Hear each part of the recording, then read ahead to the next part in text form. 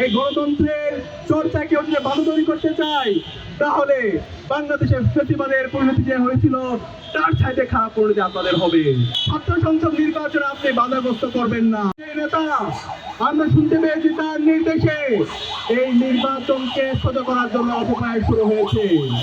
আমরা বলতে চাই, আমরা আপনাকে সম্মান করে, আমরা আপনাকে শ্রদ্ধা করে, বিগত ফেসিবাদে আপনি জুলুমের শিকার হয়েছেন, কিন্তু আপনি জালেম হয়ে উঠবেন না। আমরা বলতে চাই, শিক্ষার্থীদের যে ম্যান্ডেট, শিক্ষার্থীদের যে দাবি, ছাত্র সংসদ নির্বাচনে আপনি বাধাগ্রস্ত করবেন না। এই নির্বাচন যদি বাধাগ্রস্ত করেন, তাহলে 12 ফেব্রুয়ারি এই জাতীয় নির্বাচন হবে।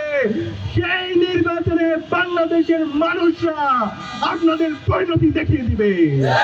আমরা চাই না আপনাদের বনাম ছাত্র সমাজ এই ধরনের একটা সাংঘর্ষিক পরিবেশ তৈরি হোক।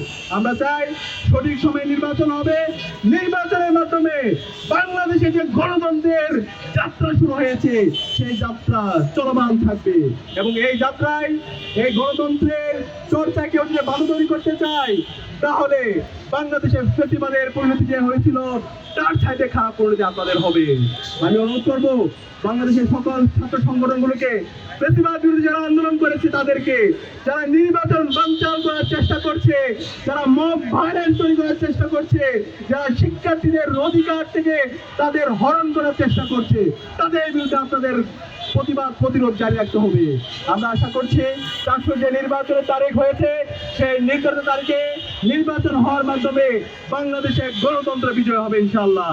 ইনকিলাব জিন্দাবাদ।